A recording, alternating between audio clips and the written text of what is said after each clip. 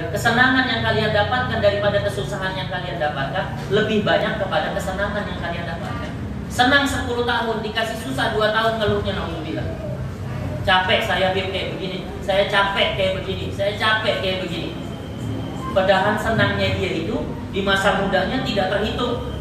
Di umur 17 dari dia SD, mulai dia SMP, mulai dia SMA, bahkan ketika dia kuliah, kalau ada yang kuliah, kalau yang nggak kuliah ketika dia kerja, itu hidupnya bahagia. Nongkrong tiap hari, ketawa, ke TV, gak ada yang perintahkan sholat. Sholat terserah dia, mau sholat ya iya, nggak sholat ya iya.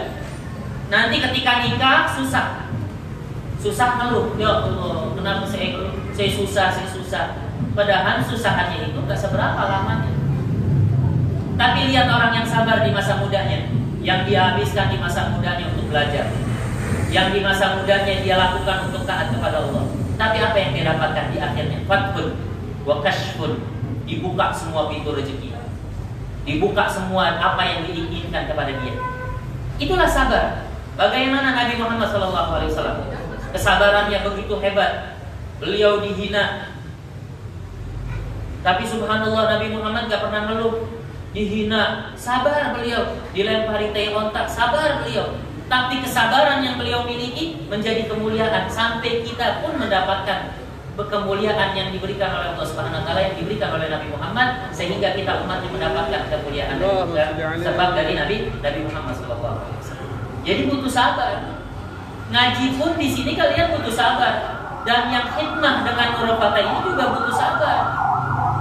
Nanti lihat sebentar, perlahan, pasti akan ada perubahan. Itu sudah pasti. Karena sabar itu pertama syukur. Ketika dia sabar, saya banting tulang, mau sepi, ada yang bantuin, gak ada yang bantuin. Kadang kita suka mangkel, ya kita khidmah gak ada yang bantuin. Sabar, nanti kalian akan bersyukur. Oh di sini ternyata alhamdulillah, di sini ada nikmatnya. Kalau kita ngandelin orang, sabar itu gak akan ada. Pegel wajar, tapi kita harus belajar dari pegel itu. Oh pegel, udah. Ini aneh yang pasti dapatkan. Al-ajar ala qadril masyaqqah. Capeknya saya ini bagaimana pahalanya? Yang mau ikut dapat pahala, yang nggak ikut ya udah. Allah nggak pernah maksa hambanya. Allah hanya perintahkan sholat. Terserah itu mau sholat nggak sholat terserah. Allah nggak butuh sama sholat kalian. Allah saja nggak butuh sama kalian. Ya udah nggak usah. Allah nggak butuh sama dia. Kita butuh sama Allah. Jangan ngarepin orang kan begitu. Jadi apa? Saya butuh sama Allah. Berarti saya aja udah. Saya yang paling mau sabiqun bil khairat. Saya pengen berlomba-lomba dalam kebaikan. Karena saya mau sukses. Saya ini pengen bahagia. Saya ini pengen keluarga saya bahagia, kan seperti itu. Jadi gak usah pikirin orang. Hikmah itu capek. Dan anak pun ngerasakan hikmah. Yang namanya hikmah itu capek. Gak ada hikmah gak capek. Mau sukses pun begitu, kalian harus capek. Dalam urusan dunia saja, kalian ingin sukses di dalam keuangan kalian, harus capek dulu. Gak ada orang yang gak capek langsung jadi sukses. Capek dulu dia banting tulang baru dia jadi sukses. Begitu juga dalam sisi derajat yang diberikan oleh Allah.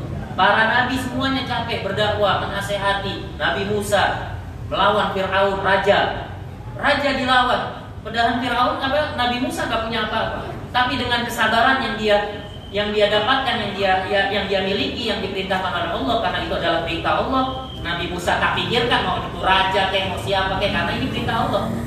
Nabi Allah Ibrahim juga begitu, nggak mau peduli mau ada yang bantuin saya kayak nggak mau ada bantuin saya, karena ini perintah Allah.